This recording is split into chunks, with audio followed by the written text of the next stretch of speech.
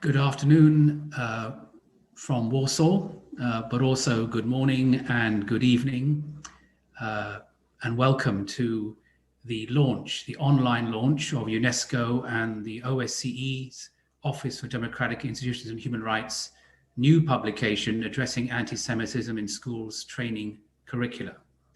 My name is Kishan Manocha, and I serve as the head of the Tolerance and Non-Discrimination Department at ODIHR. And I will be acting as your master of ceremonies, your general host for this online launch. Before we commence, may I, on behalf of ODIHR and UNESCO, offer a warm appreciation to the International Holocaust Remembrance Alliance for creating this space in the very busy online plenary for this launch event. Throughout this event, you will find in your chat function various important pieces of information that will guide you as we progress through the proceedings. You'll also be able to ask questions using the Q&A, the question and answer function. When you do so, please indicate your name, your institutional affiliation, or profession as appropriate. This event is being streamed live on the OSCE's YouTube channel, and the recording of the event will be made available following the conclusion of today's proceedings. It is now my great pleasure to introduce to you my dear colleague and friend, Katarzyna Gadapkadze, who is the officer in charge and the first deputy director of the OSCE Office for Democratic Institutions and Human Rights. Katarzyna, the floor is yours. Thank you very much, dear Kishan. Dear Director Giannini, Your Excellency, Ambassador Küchler, members of the Diplomatic Corps, dear institutional partners, professors and teachers, dear members of civil society and Jewish communities, dear participants, welcome to the online launch of the publication addressing anti-Semitism in schools training curricula. This new 4-volume publication is another result of our continued efforts to address anti-Semitism and other forms of intolerance in and through education. The publication was developed in partnership with UNESCO and with the expert support of the University College London Centre for Holocaust Education, and it was a part of ODIHR's project Turning Words into Action. This launch comes at a difficult time for humanity and a difficult time for Jewish communities. The global health crisis has created conditions for conspiracy theories to proliferate widely, often scapegoating already discriminated minority communities for the origin and spread of the virus. Such theories have particularly spread online, but many individuals and communities have suffered the burden of intolerance and discrimination also offline, including in the form of hate crimes against people and property, and that included places of worship. Our office, the OSCE Office for Democratic Institutions and Human Rights, has monitored this highly dangerous trend, and we have published our findings and recommendations to state authorities in a report on OSCE Human Dimension commitments and state responses to the COVID-19 pandemic, which you can find on our website. Jewish individuals and communities have been particularly impacted in this new reality. It is truly alarming to see anti-Semitic conspiracy theories, some of which use the language and imagery painfully resembling those of the Nazi era, including elements of Holocaust denial and distortion. And it is alarming to see how quickly they incubate and accelerate online. This is taking place in a context where Jewish people have all too often had to cope with abuse, vilification, and hate, both online and offline. Physical assaults, the destruction or vandalism of Jewish cemeteries, synagogues, and community buildings, and violent and deadly anti-Semitic attacks are unfortunately commonplace. The times we live in underscore the urgency to effectively prevent and address anti-Semitism, including in its new manifestations, as well as all forms of hate in all our societies.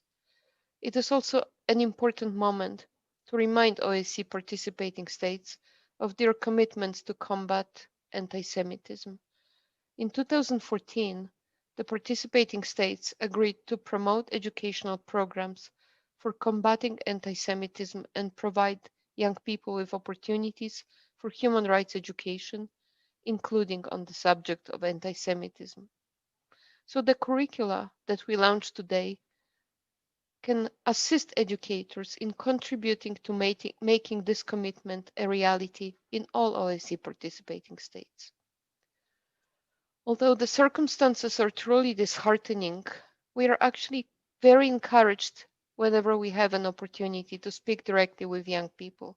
I recently participated in a discussion about human rights and democracy with a group of young people who were very committed to their aspirations to build a more equal and more tolerant world.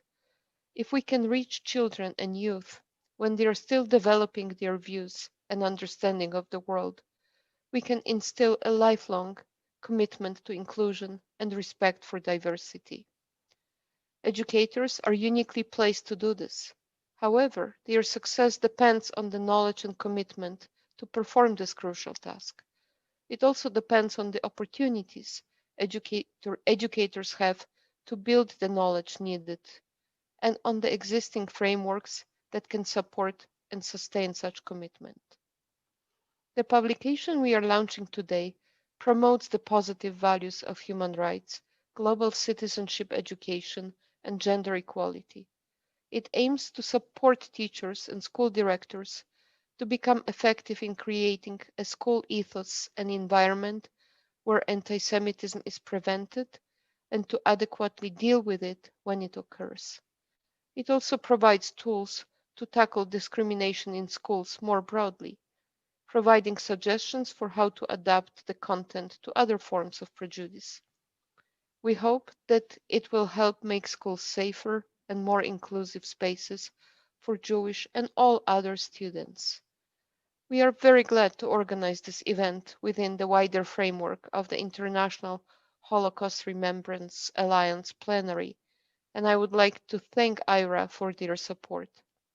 This partnership significantly enhances our common efforts to counter anti-Semitism in the OSCE region.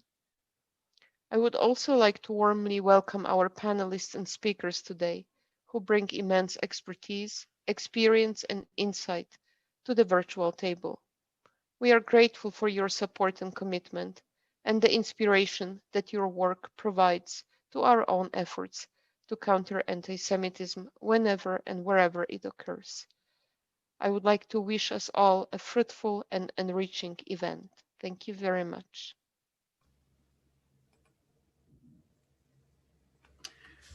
Thank you very much, Katarzyna, for that very warm message of welcome and introduction. I note particularly the point you make that however disheartening the scene, we can and should be encouraged by the positive ways in which young people respond to opportunities to think about their role in building more inclusive societies grounded in respect for diversity and human rights. So thank you very much again for those words.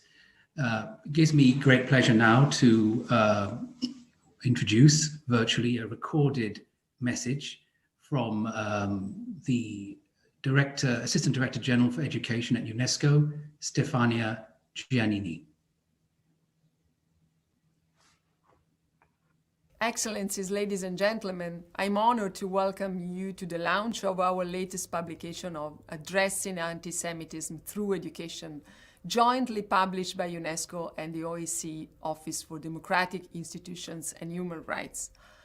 At the outset, I wish to thank our partners at the Office for the fruitful cooperation we have joined in the past years. Once again, it's yielding very concrete and necessary outcomes, especially now.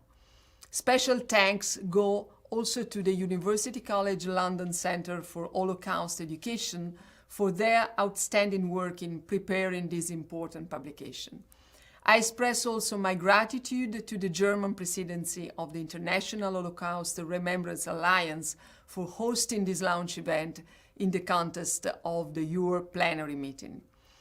Well, our new curriculum will support teachers, trainers, and school directors in preventing and addressing anti-Semitism through education and in educational environments. Investing in such education is more urgent than ever.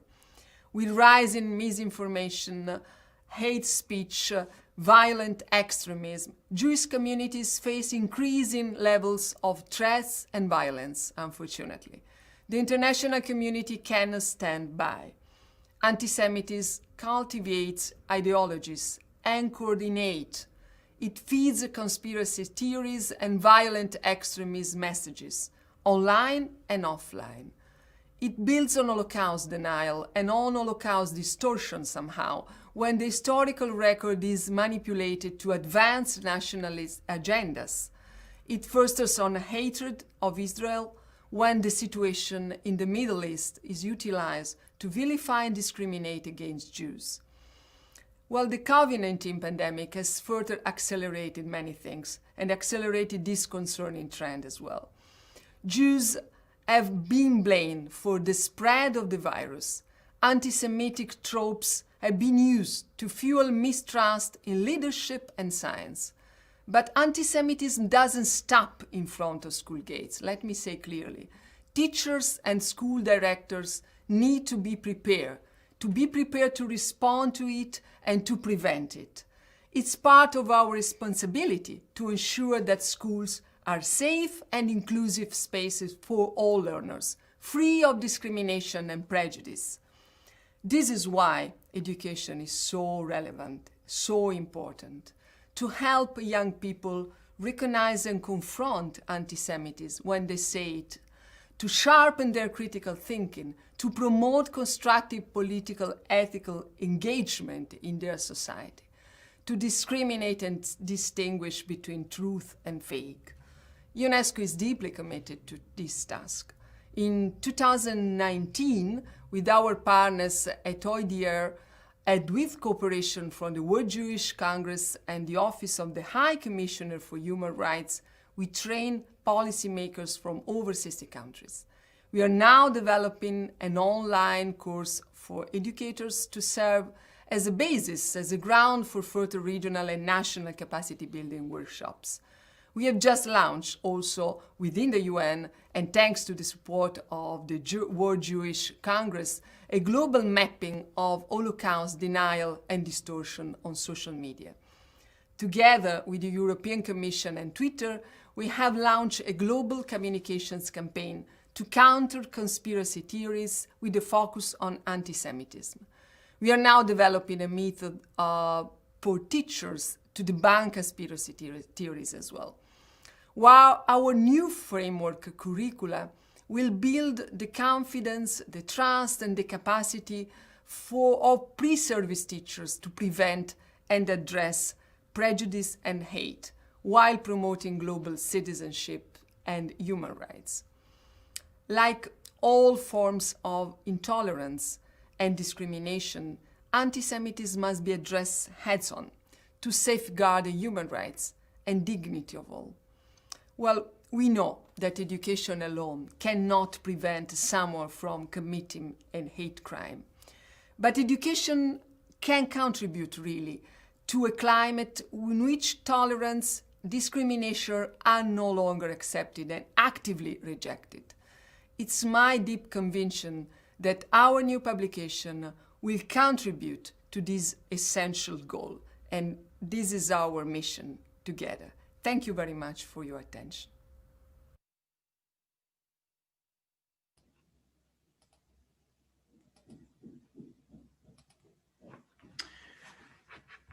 Thank you very much, Director General Giannini.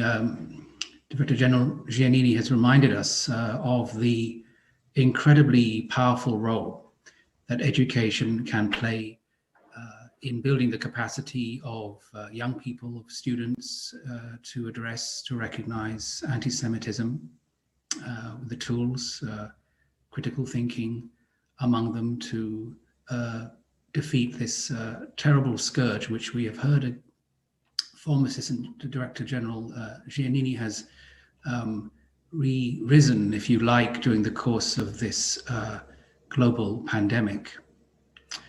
I would like to, on behalf of ODIHR, place not a star appreciation and gratitude to Stefania Giannini for her own personal contribution to the ongoing efforts to address anti-Semitism in the school environment, but to UNESCO generally for their cooperation in developing the curricula, and for, of course, the great efforts they've made over many, many years to address the phenomenon of anti-Semitism and other forms of intolerance through educational processes. We will now shortly have the recorded message of Ambassador Michaela Kuchler, who is the current chair of the International Holocaust Remembrance Alliance. Should be handing over now to the recorded message. Thank you.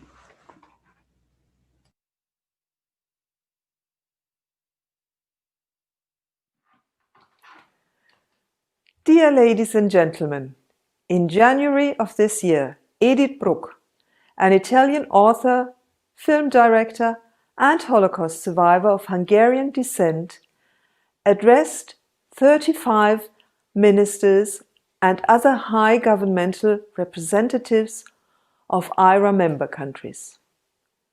When she finished, the room was filled with a heavy, almost tangible silence.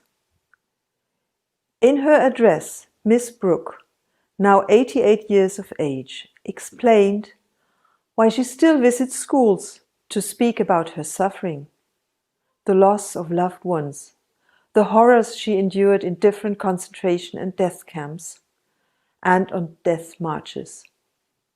She told the ministers how she is unable to sleep the night before she talks to students.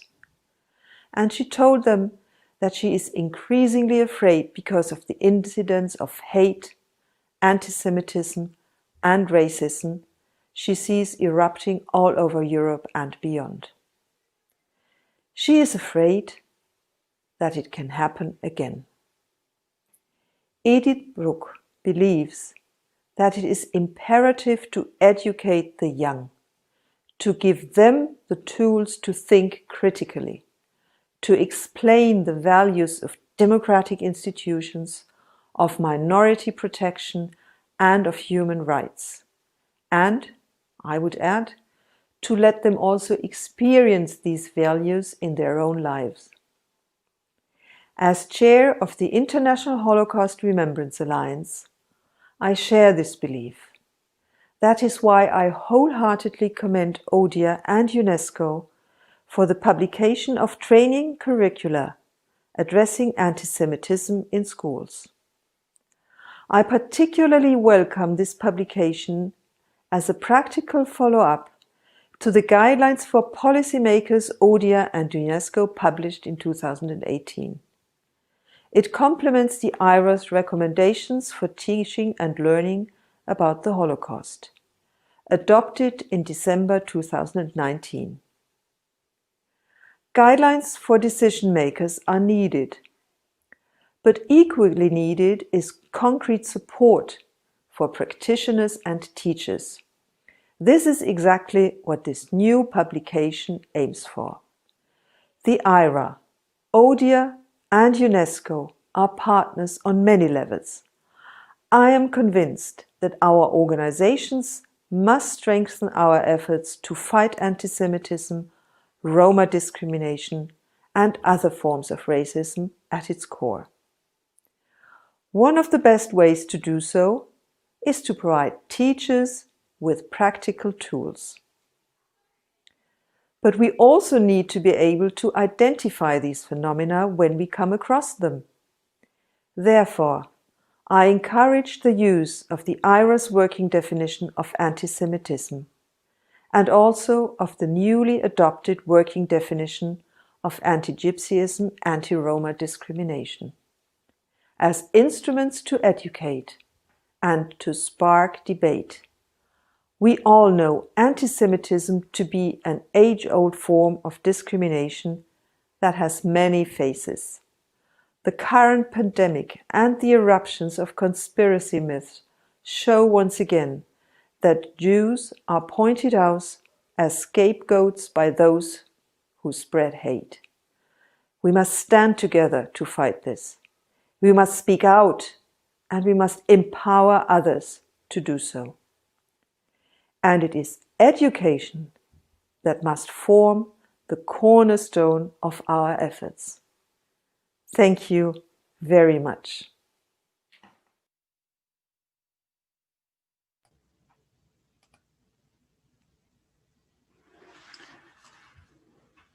We are most grateful to Ambassador Curricula for that message, for her personal support, and again to thank Ira for this opportunity to launch these training curricula in the margins of this current online plenary.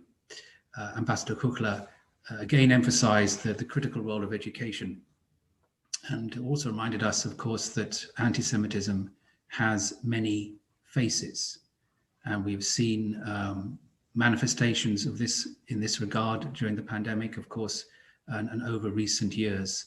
And the educational process needs to be capable and able to address this in the education that it imparts, of course, to students. And this set of curricula will, of course, play a very important role in that regard through the training of teachers and school directors, about which we will now hear a lot more. So to move on to the next segment of this event, panel discussion on the importance of education to address anti-Semitism. We will hear from distinguished experts on the contemporary manifestations of anti-Semitism and of the need to effectively address anti-Semitism through educational processes. I'm very pleased to introduce as the moderator of this panel discussion, Stephen Smith. Dr. Smith is the Finchie Vetebi Endowed Executive Director of the University of Southern California Shoah Foundation and the chairholder of the UNESCO Chair on Genocide Education. So Stephen, the floor is yours.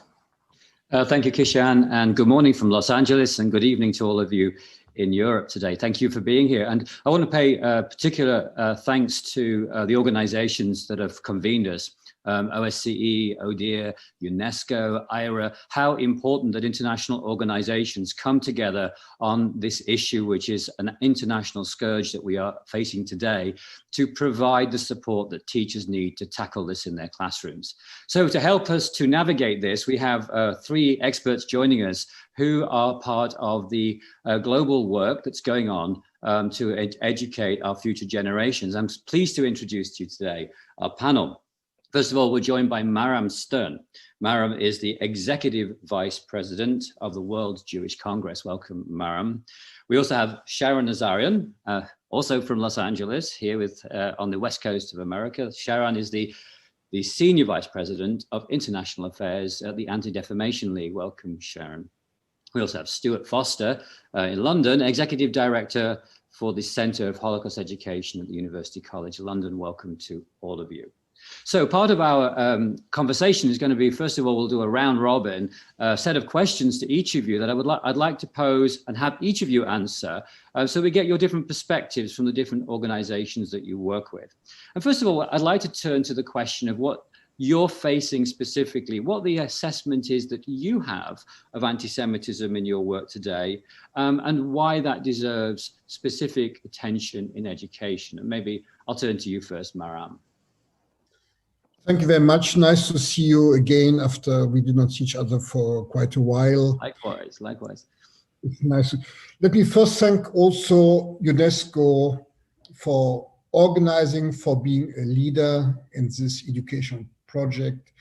It is important. Education is important. Education is very important, and education is extremely important.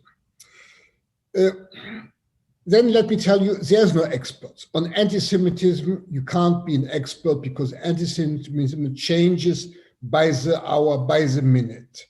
What is anti-Semitic today is not going to be tomorrow, or what was anti-Semitic yesterday is not anti-Semitic today, or it's not seen as anti-Semitic.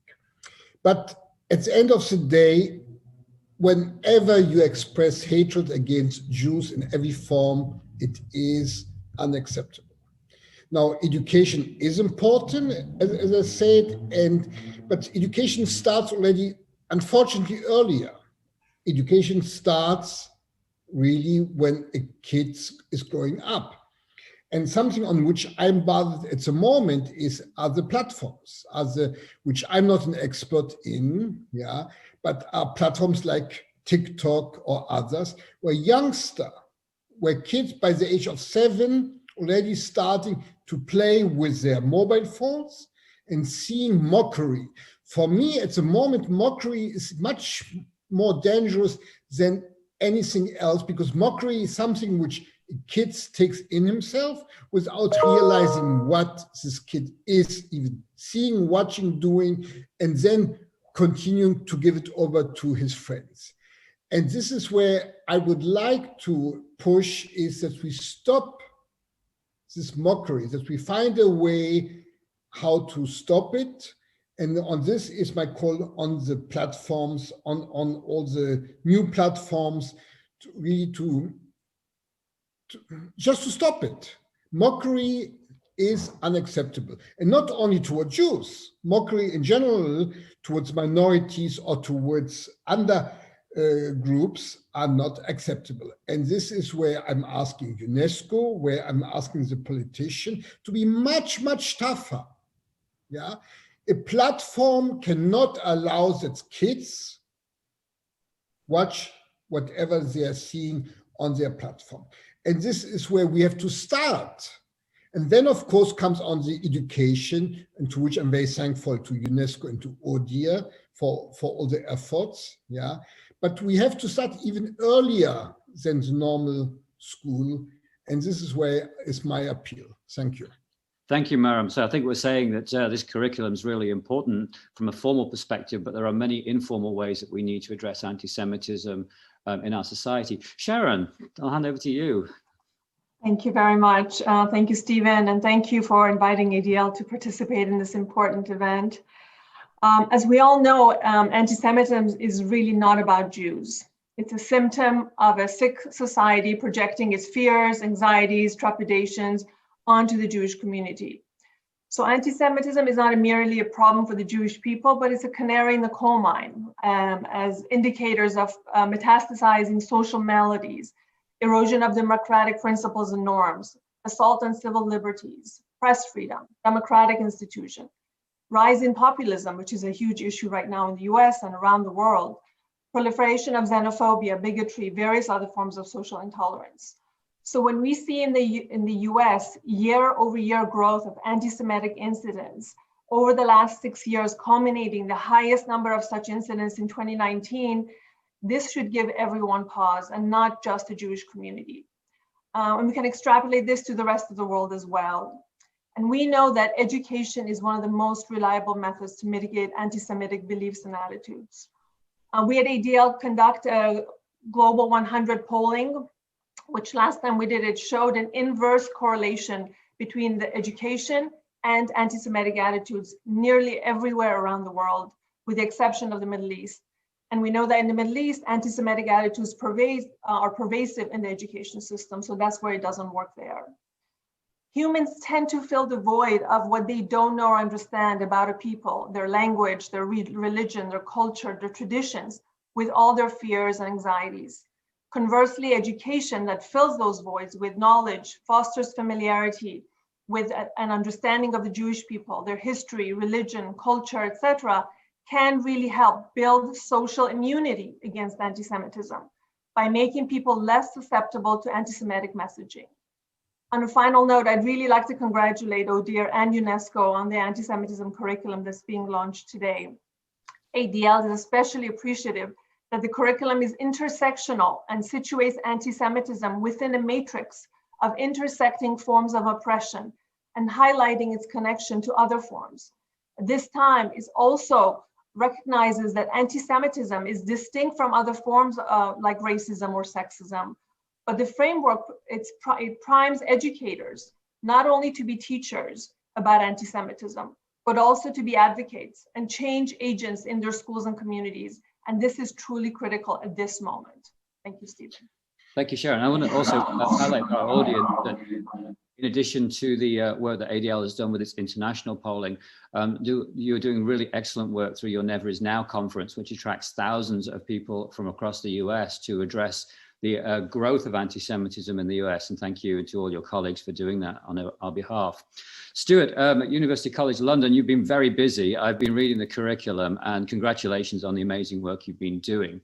We've already heard from our first two panelists that that anti-Semitism is endemic right across society. So why does education matter in this context? What difference can it make? Yes, well, you won't be surprised, Stephen, for me to say that we work directly in teacher education in particular. And I think education has a vital role to play, as all our speakers have said.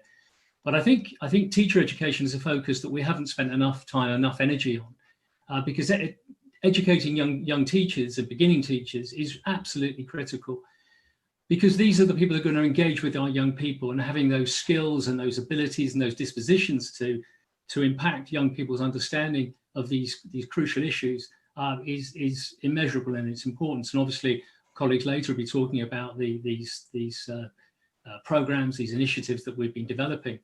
I think one of the things I think that Mariam said just now is that about young people. I mean, young people, as we know, we're not born with prejudice. We're not born with dispositions to dislike people, with hatreds and so on. This is something we cultivate in our interactions with society. And I think education must be a force for good in this process, because there's so many negative forces out there. I mean, we've rehearsed them already. Some of the research that's been going on worldwide, nationally and internationally, says this is a really, really serious problem and a growing problem. But I think one of the things that's heartening is that education can be a positive force. And I think what our challenge is to help young people develop in age-appropriate ways to be more judicious, more critical, more empathetic, more caring, and also to be able to be more resilient, to stand up to some of these issues that are really poisoning our democratic environment. Because not only do we want young people to understand that these things are wrong and problematic, but we want to encourage them to think actively about how they can address them in a variety of ways. And I think this is the work that we've been doing at UCL Centre for Holocaust Education. We were working with teachers to develop strategies, pedagogical strategies, approaches. And I think this comes out through these materials. It's absolutely critical work. I know I look about 25. I've actually been in education for 40 years. You'll probably be surprised by that. But I absolutely firmly believe in the power of education to be transformative.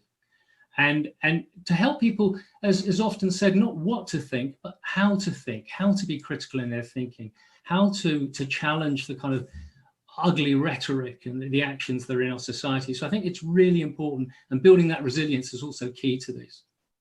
Well, I'm glad you still feel 25, Stuart, but you don't look it, I'm afraid.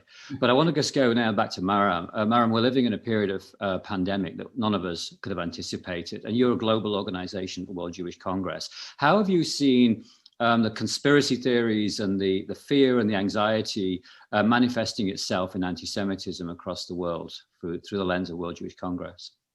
It's quite simple. It's a fault of the Jews. Let's be very... If you follow daily politics, if you watch less sophisticated political reportage, which I'm doing all day long, I've always a TV in my background. If you follow what is happening on the street, not in the higher echelon of society, on the street, people are saying, yeah, Bill Gates is a Jew, which is not true, but it's his fault, yeah? Mark Zuckerberg is a Jew, he's promoting it. This is for his good. So there is a lack of understanding really what is happening. And it's always easy to say it's a fault of the Jew. It is very common. And this is in Europe, it's the most common thing when you put a microphone in front of somebody on the street and you start a little bit of discussion with him, he or she will tell you, it's the Jews who are bringing it. It's simple, it's primitive, but it works. And then, of course, it repeats. Yeah, because once you have a microphone of somebody and he says or she said is a Jew, and then you have a second person joining, oh yes, and then you have a third person, and suddenly this becomes a fact that it's a fault of the Jews that we have a coronavirus. Yeah, you know, this time is a very difficult one. And one of the things that we're seeing is it's very difficult for people to even recognize or identify anti-Semitism because it's so ingrained in the culture. Sharon, in terms of what the ADL does, I know that you're working extremely hard to enable people to recognize anti-Semitism for what it is. How do we use education to do that, to sort of name it, shame it, understand it more deeply as the phenomenon that it is? Obviously, starting with understanding it is very important. You know, anti-Semitism is really a function of identifying the locus of various social ills, calamities, or crises among the Jewish people, whether it's economic depression, it's wars, it's pandemics. So the proliferation of anti-Semitic conspiracy theories around the COVID pandemic is really not a new phenomenon, Stephen. We know centuries ago, Jewish people were blamed for spreading contagion through poisoning wells, leading to epidemics that killed roughly half of the European population. We know in the 1930s, Nazis blamed and likened Jews to vermin and characterized Jews as a contagion. In the 50s, Stalin's Soviet Union alleged a doctor's plot, which charged that leading experts charged with protecting public health were actually part of a conspiracy to do public harm. So none of this is new. And I can also add that a result of a recently released publication by the Journal of Psychological Medicine, last Friday, in fact, they released a survey of 2,500 adults who were representative of the English population according to age, gender, region, income, and their attitudes toward government narrative on coronavirus and related conspiracy theories. And it showed that those who were presented with a question saying, quote, Jews have created the virus to collapse the economy for financial gain, unquote. 5.3% of the interviews agreed a little bit, 6.8% agreed moderately, and 4.6% agreed a lot. So what we can see is that if a person blames Jews, they're more likely to blame Muslims. They're more likely to blame Bill Gates and the pharmaceutical companies. What we're observing is essentially a conspiracy mentality, a way of seeing the world that is marked by antipathy to officials, to mainstream accounts, to those in higher status position. So this is very dangerous and no coincidence that, as you say, in the US, there's a proliferation of conspiracy theories, whether it's anti-masking, Israel-related COVID conspiracies, QAnon. And education becomes a very important part of debunking some of these theories, whether it's through the media and taking, ideas such as QAnon now has become a huge phenomenon in the US, really taking them apart and showing the fallacies behind it, but also understanding this conspiracy mentality that I referenced. We have to understand what are the social ills that our communities are facing today and what's leading to these. Essentially, anti-Semitism becomes the snake oil for these various problems and pandemics. So we have to make sure that propensity towards conspiracy mindedness is taken away and we go to the bottom roots of the societal problems that lead to such mentalities. Yeah, thank you, Mara. In terms of the Jewish communities that you are so closely associated to, obviously we're talking about anti-Semitism here as a phenomenon, as if it didn't affect real people. And of course it does on a daily basis. For all those sort of young people, Jewish people who are in school, and for those who, Jewish communities that feel under attack, in what ways do you think this sort of mainstreaming of education around anti-Semitism can help those communities in this situation? Again, education is crucial, is the most important thing. And this we have to start as early as possible. To educate, even to show that the Jewish kid is the same as a non-Jewish kid.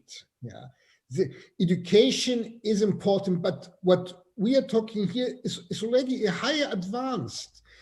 The problem is on the basics. The problem is much lower. We are talking about people who are already thinking about it, we are talking here about schools, about universities, about academics. We are already speaking in a sphere which is not the street.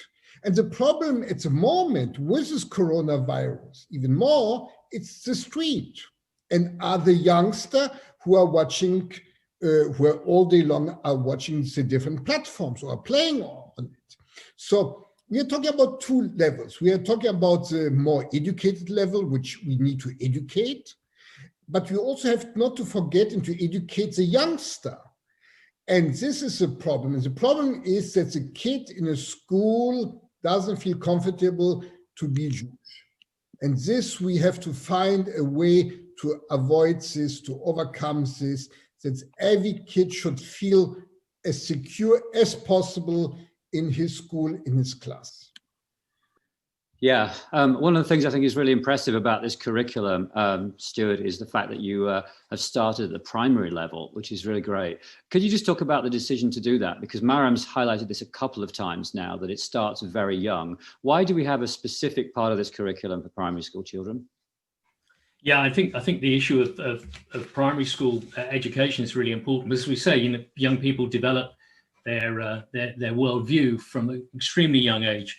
And I think it's important that we have young people think about, reflect on other people's experiences, because there's no age at which you can't start to think about how does another person feel about a certain situation or a reaction to a certain attitude, whether it's name calling, whether it's anti-Semitic remarks or racist comments. I mean, young people at the earliest age should start to think about the effect and impact they have on people. So I think at a very basic level, developing empathetic attitudes, caring attitudes with young people is really important. And I think that at primary level, we can start to do that. We can also start to tell human stories about people who have been victimed and persecuted, and trying to get young people to empathize, to care about individuals and what's happened to them, and try and understand, explain why those things occur. And that obviously is an entrance into issues such as the Holocaust and anti-Semitism.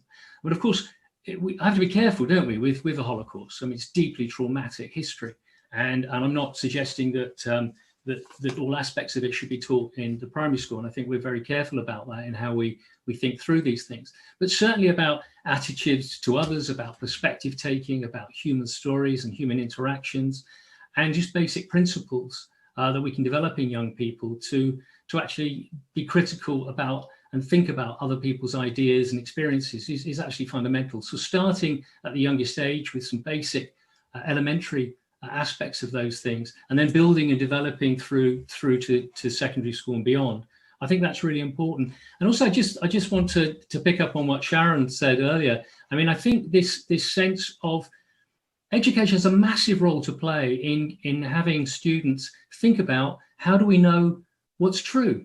How do we assess, on what evidence base do we assess with something is factual or correct? And I think we need to provide young people with those critical thinking skills in a range of ways, very specific to anti-Semitism, but in all range of ways, because this is becoming a real problem for us in the 21st century, this issue of misinformation and conspiracy theories. And we've got to really find ways as educators to address this.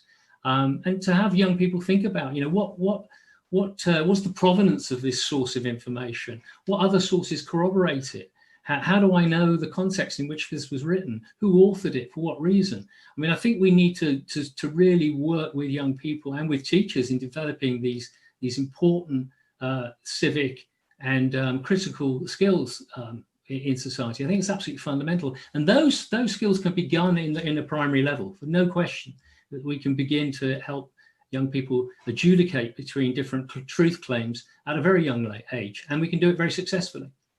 Thank you, Stuart. Sharon, in the few minutes we've got left, I see there are a number of questions that have come in. I just wanted to address a few of them. There is a question from Maria Magdisi about countries that don't have a relationship with Israel and that may see Israel negatively. We have seen generally a rise in anti-Zionism as a form of anti-Semitism. How do we address that, both in a collective and social way, as well as in an educational way, do you think? I mean, we can see in US campuses, especially, and in progressive spaces, this is really showing up, where Jewish students are essentially asked to step away from the social justice movements and asked to check their Zionism, if we can say, at the door.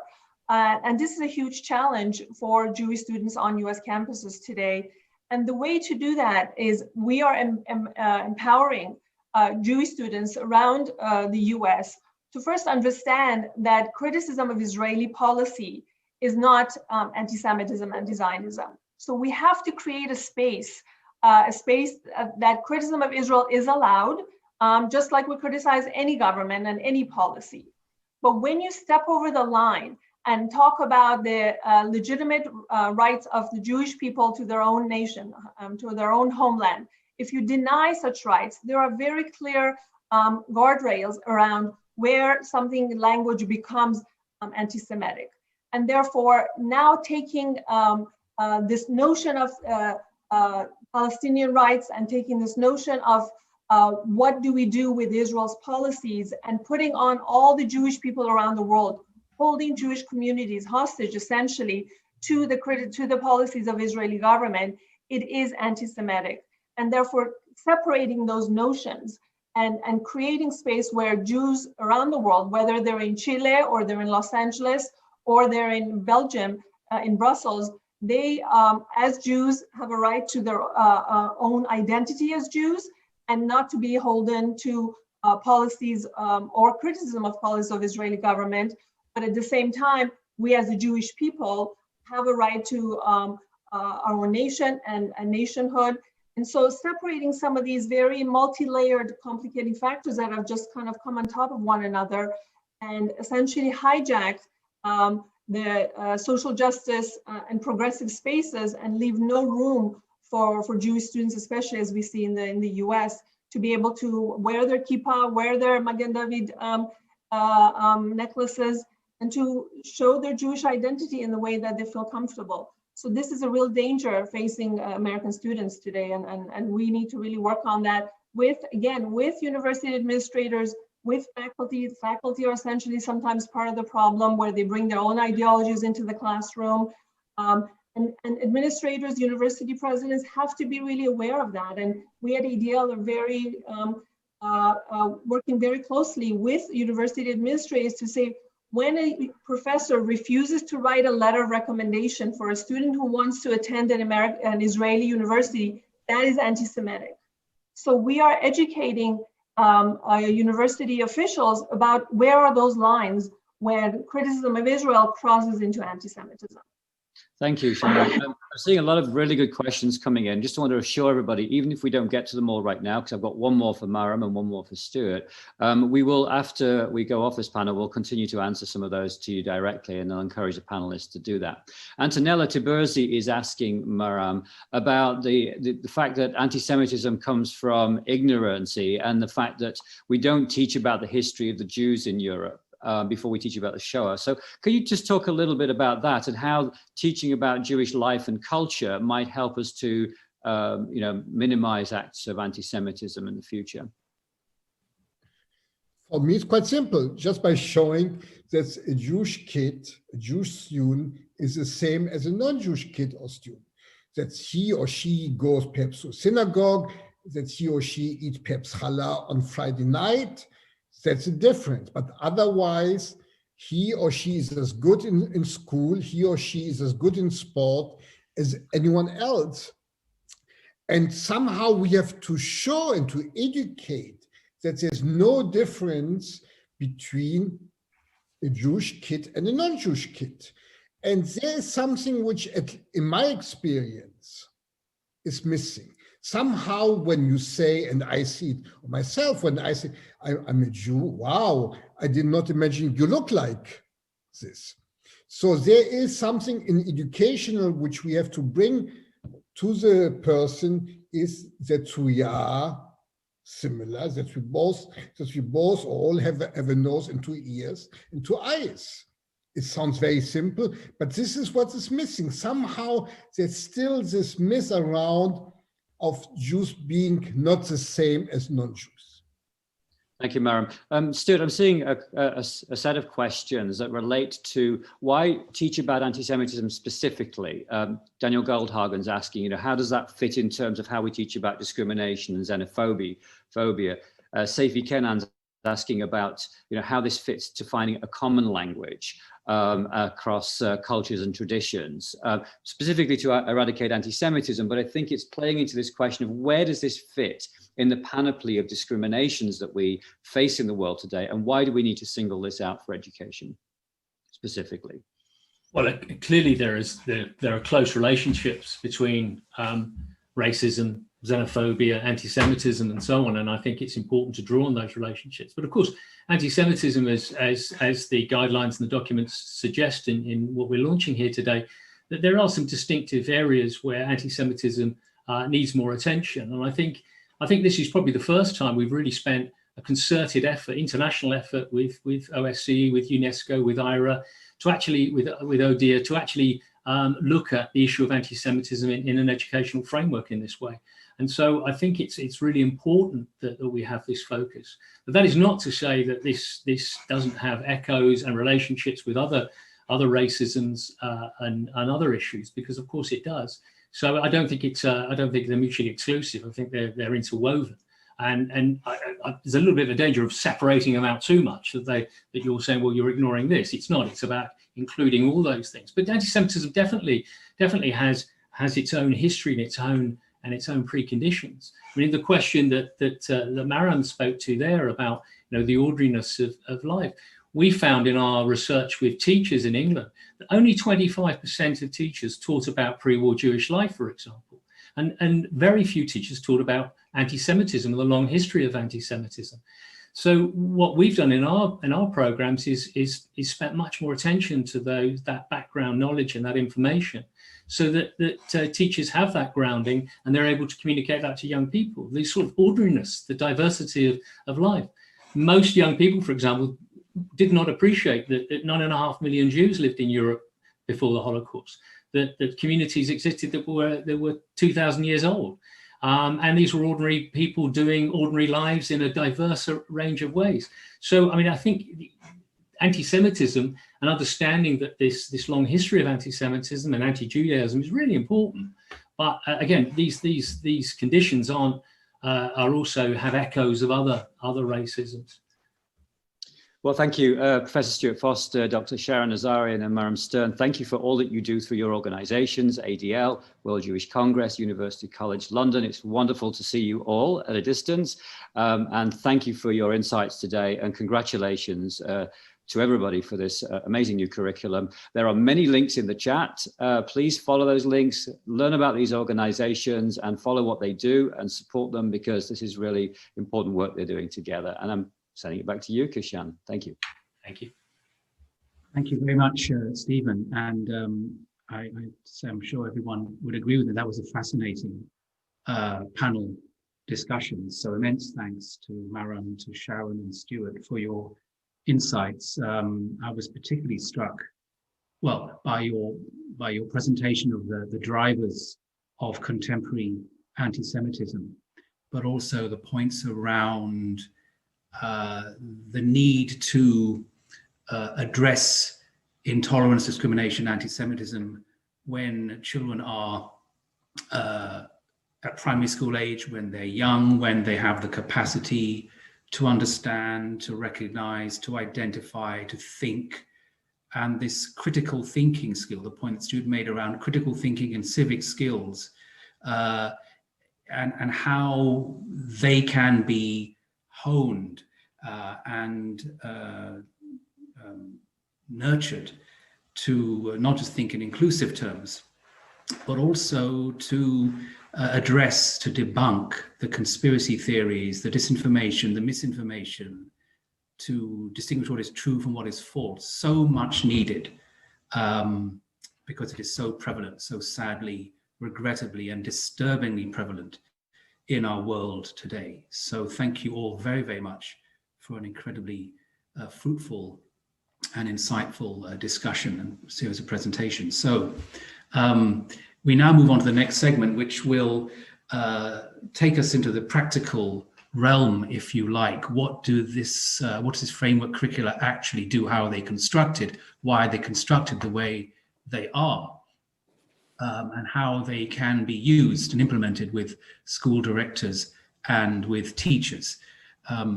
As has been mentioned, the training curricula have been created with the great support of University College London, University College London Centre for Holocaust Education.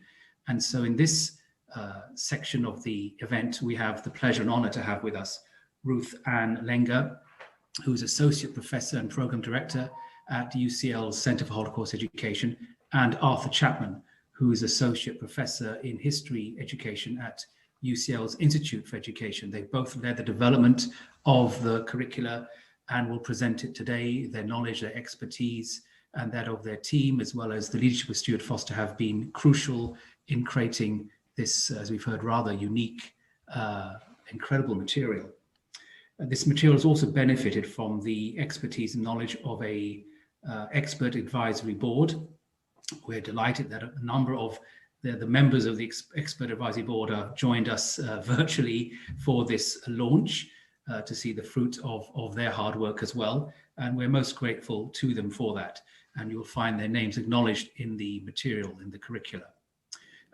The development, the shaping of the curricula has also benefited from a series of consultations with educational stakeholders across the OSCE region, run as part of the Words into Action to Combat Anti-Semitism Project's education component. And now to give you an idea of the process that was undertaken, we will watch together a short video that was first produced and launched 2 years ago that puts this process in its context. So we'll now watch this.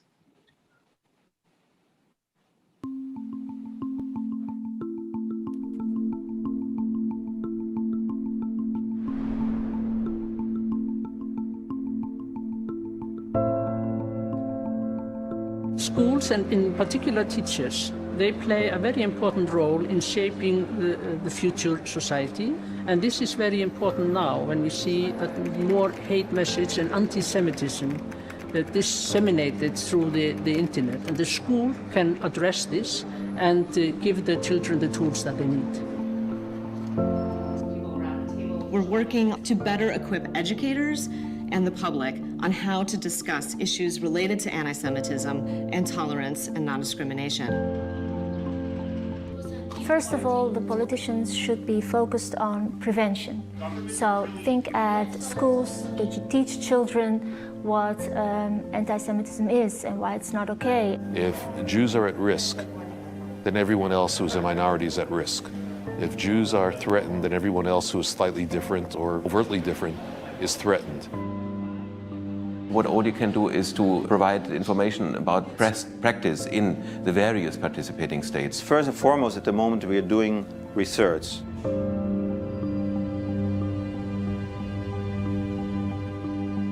How can we look at also the existing educational practices? We are having focus groups in a number of countries within the OSCE region to identify obstacles that educational professionals face when teaching about anti-Semitism in the classroom. These findings will feed into the development of a policy guideline.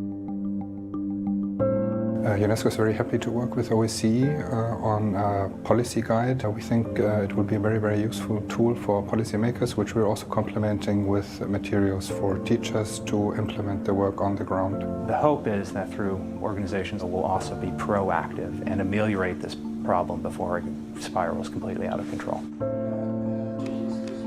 I think that when school pupils come to school at the age of 12, 13 and 14 and are educated on anti-Semitism and xenophobia, the basis for their feelings is there already.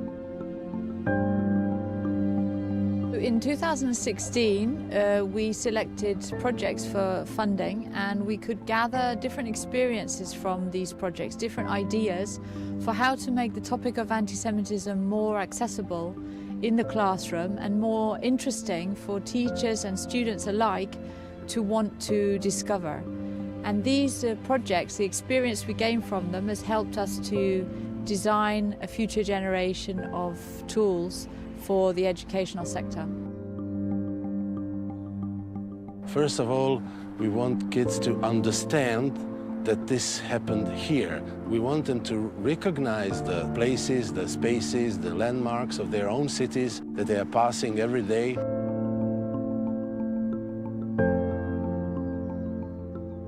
We have worked with several organizations, among them Anne Frank House, in developing teaching material to be used in the classroom. And this is actually based on local realities and has been now used in 14 different countries.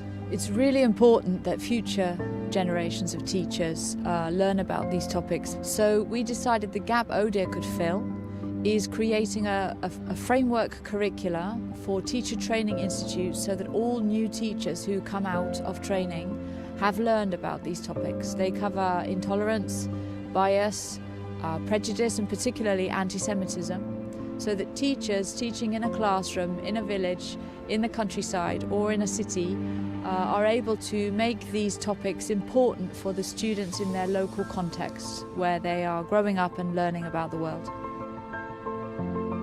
It's very necessary to listen youngster voices and figure out what is manipulation and what is truth in real life. Effective education on anti-Semitism really needs to reach people, not only at the intellectual level, but also in their heart. We are developing a set of teacher aids for practicing teachers where they can get information and ideas on how to create their own lessons that address the topic of anti-Semitism in particular. I really think that if we had thought about anti-Semitism, the Holocaust and similar stories, had put them in curricula as obligatory part of education 20 years ago, I think that the situation in Europe might have been quite different today. But it's not too late. Let's work for the next generation.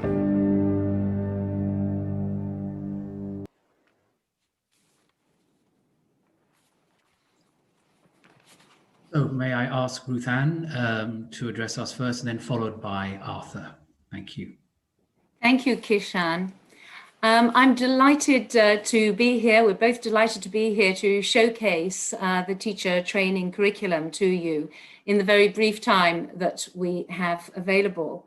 UCL Center for Holocaust Education was extremely honored to have been commissioned by OSCE and ODIHR to develop this much needed initiative.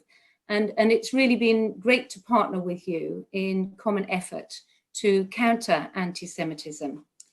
It's one of the most important, if not the most important projects that we have worked on at UCL, and it's certainly the most urgent. The new surge of anti-Semitism since the pandemic began underlines this, as been said. But before we begin, we would like to mention our gratitude to the number of international experts who contributed to the consultation process which underpins this curricula. You put us through quite some forensic questioning and testing, which is exactly what we wanted and needed you to do. And the training curriculum, which we are launching today, is extremely nuanced and thorough as a result.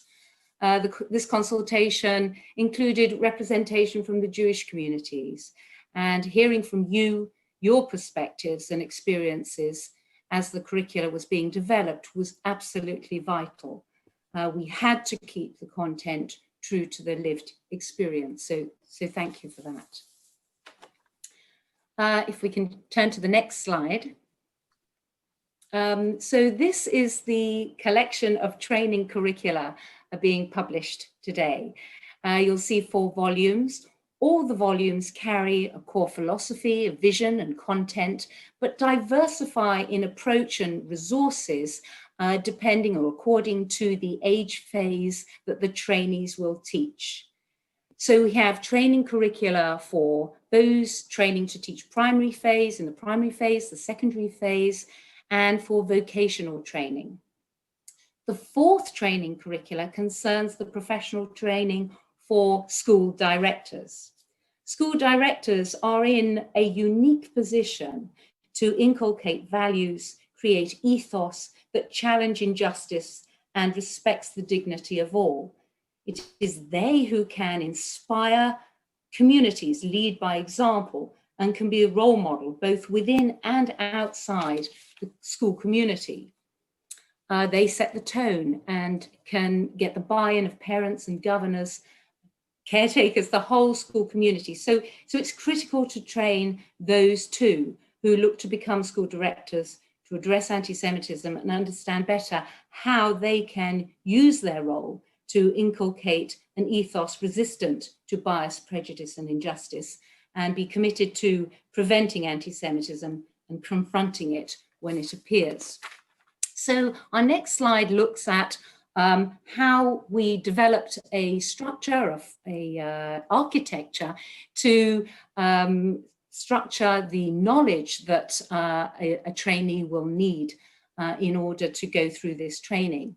And we've divided that knowledge up into 3 domains: a domain of self-knowledge, a domain of content knowledge, and a domain of pedagogic knowledge. And for the school directors, we have changed that to leadership knowledge, that last column. You can see that we've divided those columns into key critical questions that drive the curriculum content from here on. The self-knowledge is looking at, this resonates to the process of reflection, self-reflection of the teacher's tacit and implicit values that they may have, their beliefs, their motivations, and their ability to be aware of these in practice, and in particular, their fears and prejudices. And it's also about getting them to think about who they are as a teacher, the appreciation of a sense of duty to certain key values, and how teachers can be agents of change. In the middle section is content knowledge, and this is all about the subject at hand. It involves all the elements of forms, functions, and consequences of anti-Semitism and their origins. And in particular, it highlights, you'll see there the questions, highlight the importance of the Holocaust being taught. And this is, of course, a hugely challenging subject. It has to be done well, but we feel it's absolutely critical in the content knowledge of a trainee teacher who is looking to challenge anti-Semitism. And of course, in that, the importance of Jewish life before the war is central, and Jewish life after the war.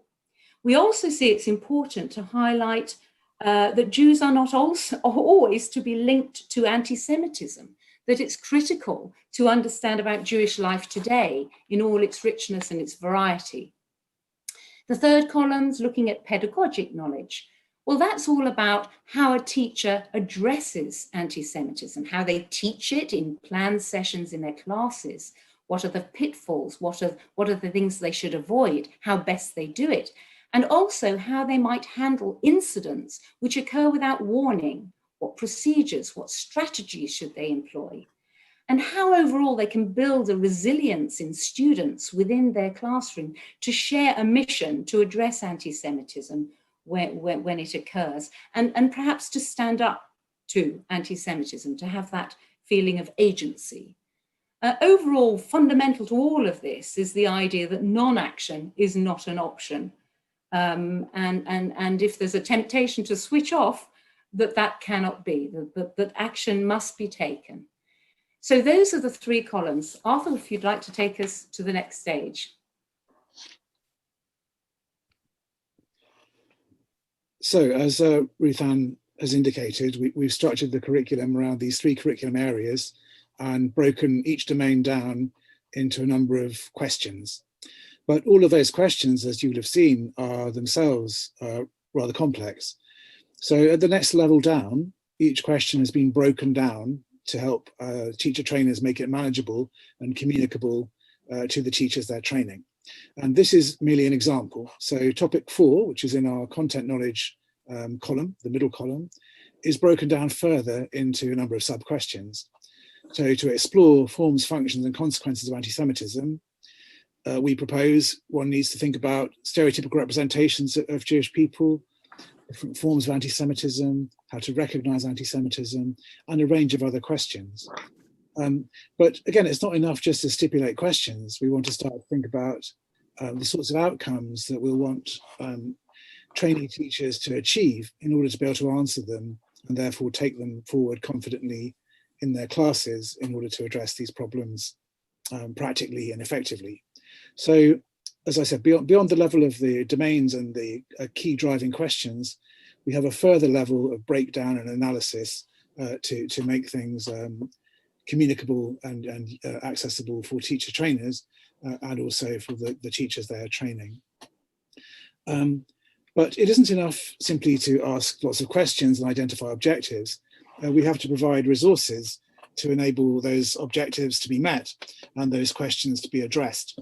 So you'll notice if you look at the curriculum documents that they all of them, and there are 4, as Ruthann has said, they are all around about 100 pages, slightly over in one case in particular.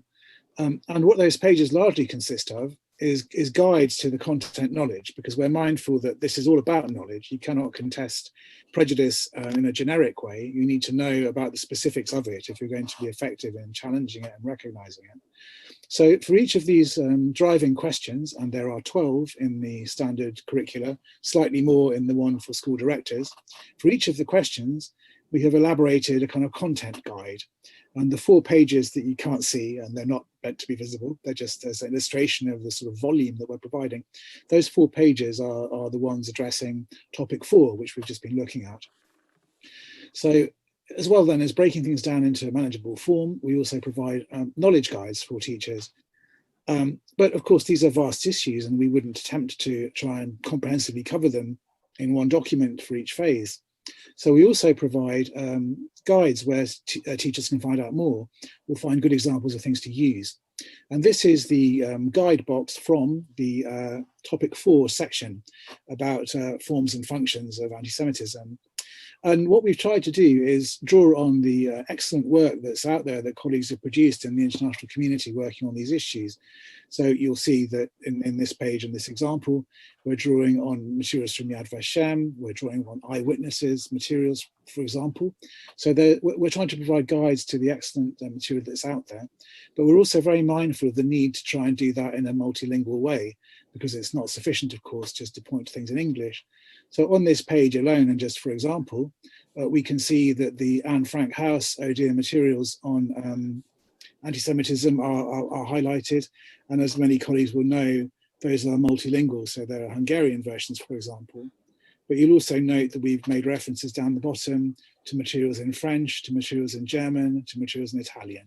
So we've tried to do a lot to provide teachers, if you like, with an entree into these topics through our content that we've provided, but also with ways in which they can take their learning forward, for example, with these links.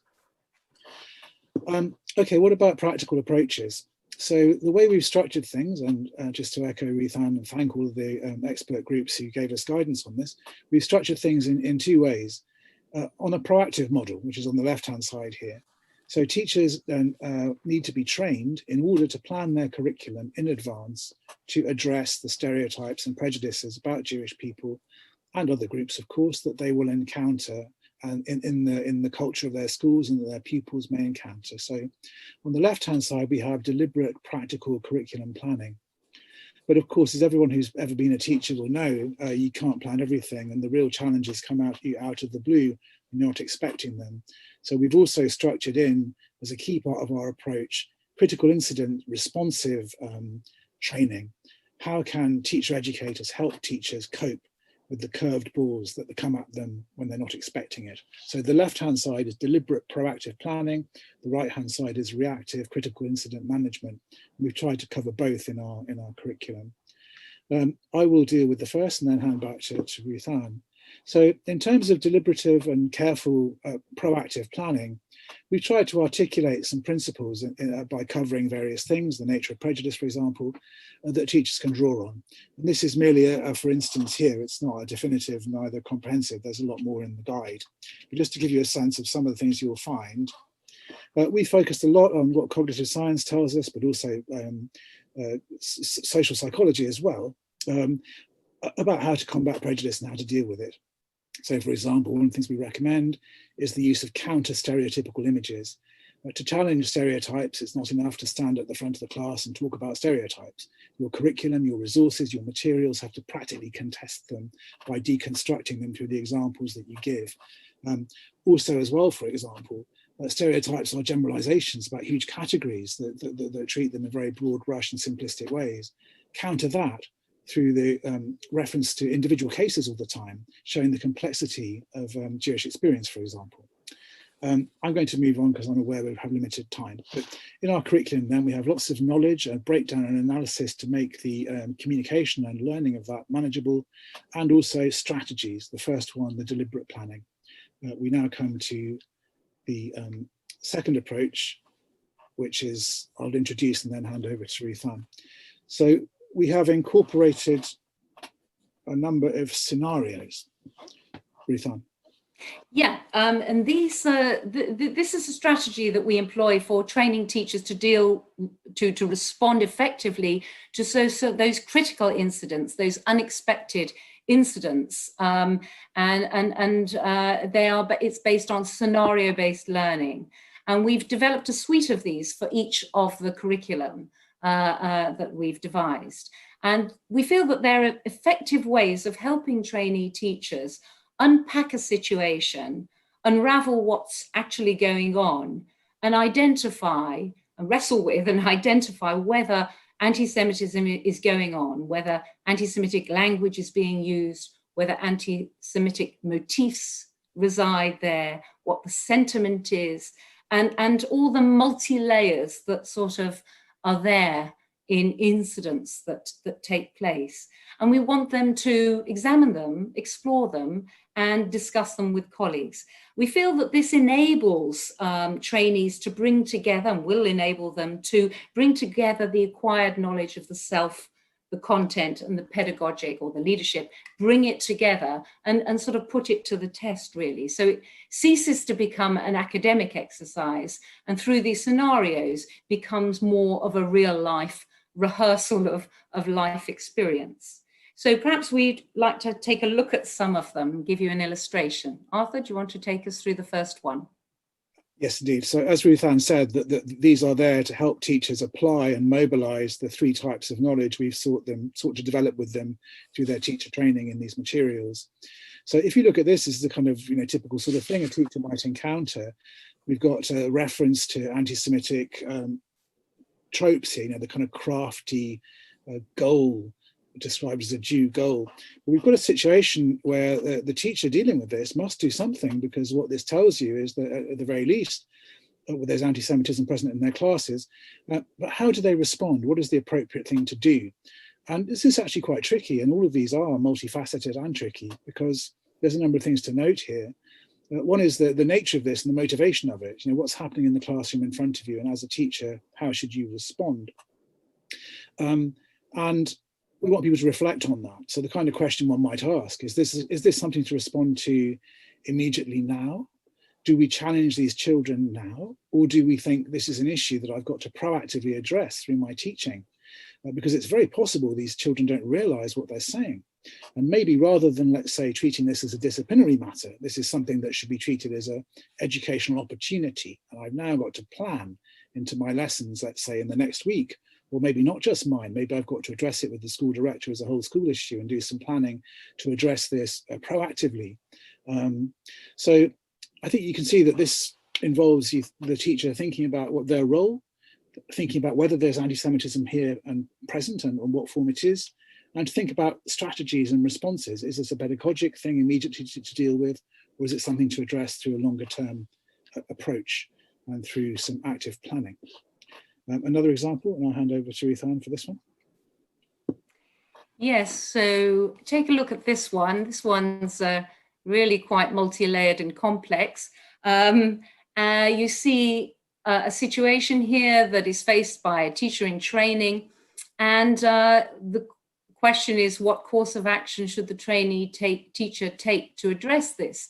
And you can see lots of sort of issues coming to the fore. Clearly, we need to understand or help teachers understand what 88 refers to, We have to unpick what is being said by a colleague here, the teacher's actual mentee, relating to Muslims, what's being implied there.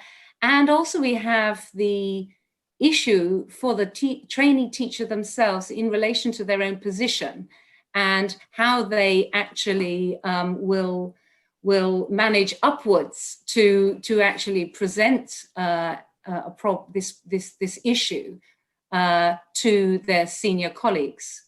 So by the way, these scenarios are all based on real life experiences. We may have slightly adapted them, but actually they're based on real life experiences. And this is one that we found as a common one, really, that situations where people walked past graffiti, anti-Semitic graffiti, teachers, school community workers, bus drivers, and what is to be done. And here the teacher is the trainee is finding themselves in a position perhaps that they want to do something. How do they do it? What strategies do they take? How can they do this in a diplomatic way, but in an assertive way? So this is a typical example of how we might get a group of trainee teachers working together to try and draw on the knowledge that they have gained through the curriculum and come up with some various options of course of action to determine what is the best course of action in this situation.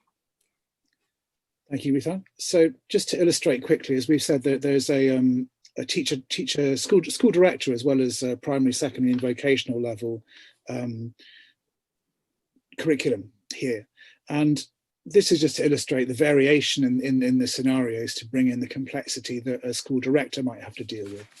You've potentially got an external agency if the bus company is not, if the bus driver is not employed by the school, or if the bus driver is employed by the school, we've got an issue with the school and its staff issues more broadly. But there's also relations with the community, interfaith issues, quite a lot going on here. And this is an example to try and address. Now, I'm very mindful we've overshot, so I'm going to wrap up really quickly by saying these scenarios are all accompanied by a set of prompt questions to help teacher trainers help their student teachers think through these scenarios. So for example, is there bias here? What's the nature of the problem? And so on. I think it's now falls for us to stop and thank you all for your attention. So thank you so much, colleagues, and thank you for this opportunity to explain our work. Thank you.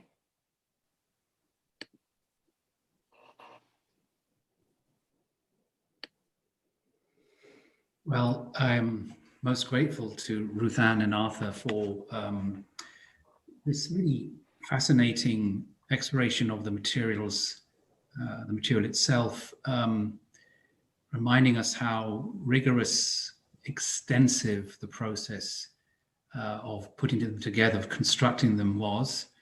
They're shaped by lived experience of Jewish people, and how teacher trainers can engage with, can work with the material, how the material was constructed. And it's been really very useful to just hear some of this, because of course the materials are extensive, vast, and we don't have time to go through all of them, of course, but just that insight has been really very, very useful indeed. So thank you both very, very much. Now we still have, and I'll beg everyone's indulgence, 5 or 6 minutes for to pose a couple of questions to the two of you.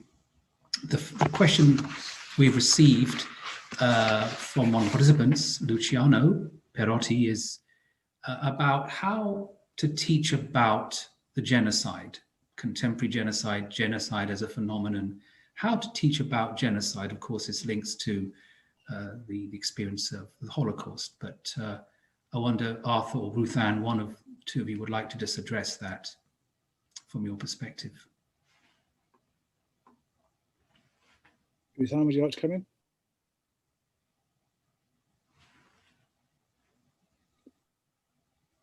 We need to unmute. Yes, Ruthann, need to unmute.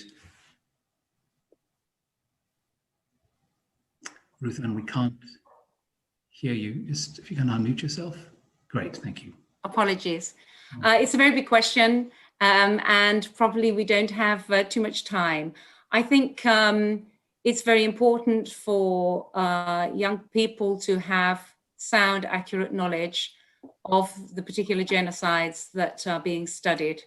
And that takes a lot of work and a lot of training on behalf of the teacher. It's critically important that an authentic understanding is presented to young people. And that's good knowledge, sound knowledge, and critically the human story, because when it comes to genocide, we're talking about mass murder. Mass murder is numbers, huge numbers. And what is crucially important is to maintain the human story within it. And not just the victims of this crime, but the perpetrators of the crime as well. And so that are a couple of important points. And the other thing I would mention is that sometimes teachers are very nervous about teaching about horrific traumatic material, and that is true. And it has to be handled with care and sensitivity. But at the same time, I think young people do have a right, and they have a right to understanding about genocide. They have a right to understanding about the Holocaust. And we have to, it is incumbent upon us teachers to find the right way, the sensitive way to approach it without shielding them from the reality. And if we can't do that, we can't teach about genocide. We can't sugarcoat. We have to respect our young people and respect the history and have courage. I think, unless Arthur would like to pick up, I'm not sure. Hope that's enough. Great. Arthur, anything you want to add to Ruth Ann's comments? Just to say that it's very possible to do it in a sensitive and appropriate way through personalization, but also in a way that doesn't avoid, the nub of this horrific issue. And it's vitally important that we do it, of course, as well. Thank you for both of you for those responses. I'll just ask a question, if I may, as the moderator, take advantage of my position to say, I note the domains of knowledge, including self-knowledge. So what would you say, how would you say that the material help a teacher and a trainer of a teacher, but a teacher that is self-aware and self-aware enough to be concerned that when teaching about anti-Semitism to children, he or she does not reproduce anti-Semitic stereotypes or even reinforce anti-Semitic beliefs? How do the materials help a teacher to deal with that? Because that is a concern, and rightly so. If I could come in on that, I mean, I think that the way we would frame self-knowledge is to do with awareness of one's own prejudices, awareness though of one's professional self and the obligations and duties that come with it, and also a knowledge of the context one's in, because you have to have a realistic sense of what's possible and strategic sense of how to act. So I would call those the self-knowledge issues. But I think we would probably help the teacher there with the specific point you've raised through the content knowledge column. And I would like to say, of course, that it's not just us who will be doing that. The initial policy guide has some superb material there on identifying tropes and contemporary forms of anti-Semitism. And so do the superb materials that SEGI have produced under the Words in Action framework. So I think a teacher who's worried about, as it were, getting it wrong is helped by what we do, because we try and provide guidance on what it means to get it right and educate people about these issues, but also the other excellent materials in the project. So I would regard that as a knowledge issue, and I think we do our best to provide, information on contemporary forms of anti-Semitism, tropes, and so on.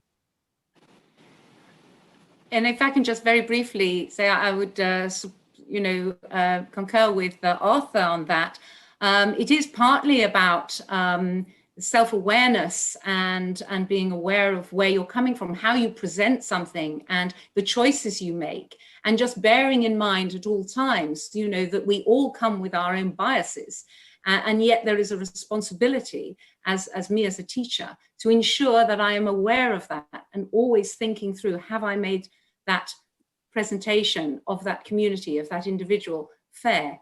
Have I made it in a balanced way? But I agree as well with the content element as well. You will remember perhaps I mentioned that, you know, it's important to talk about the forms, the representations and the incarnations of anti-Semitism. And obviously that's going to involve drawing on anti-Semitic tropes and images and caricatures and things that they may recognize and see.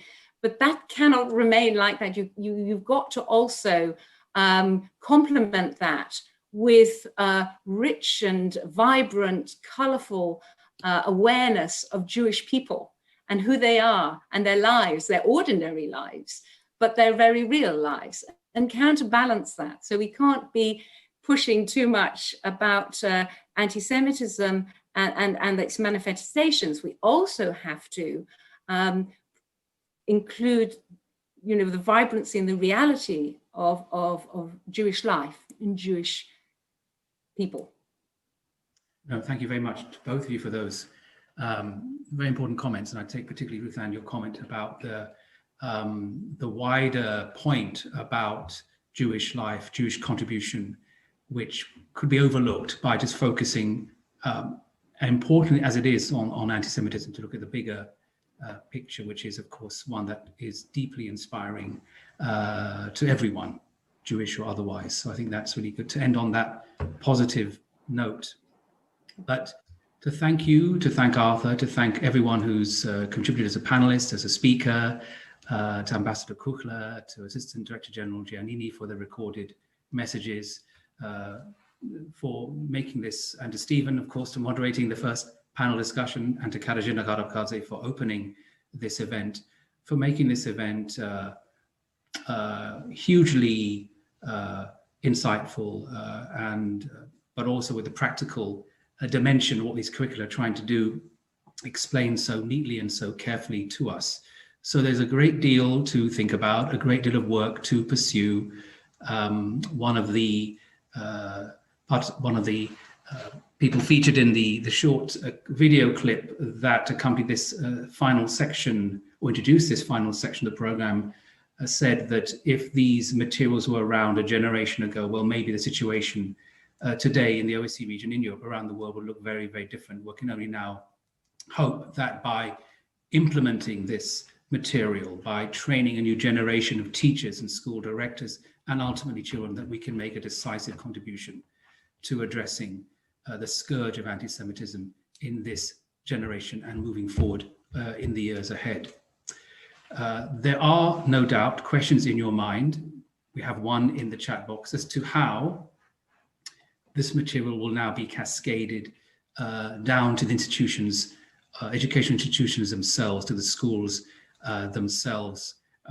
So ODIHR will continue in collaboration with UNESCO to raise awareness of the framework curricula at a series of events online and in due course offline, in person. We may have forgotten what they were like, but they will be coming back, I can assure you, or at least there's aspiration to do that as soon as conditions make that possible.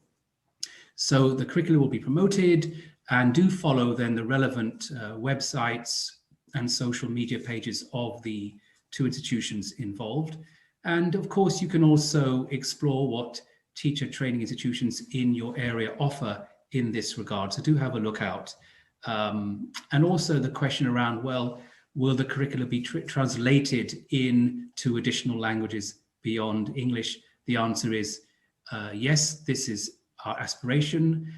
We will take forward this during the course of the Words into Action second phase project. And so there's a lot to come your way in the coming weeks and months in terms of the material and translations in due course of the material into a range of languages.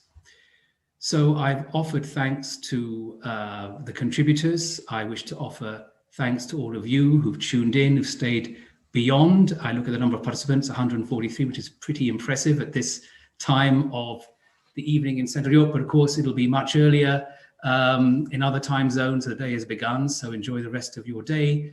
To the colleagues and friends joining us in the afternoon, in the evening, good evening and good night.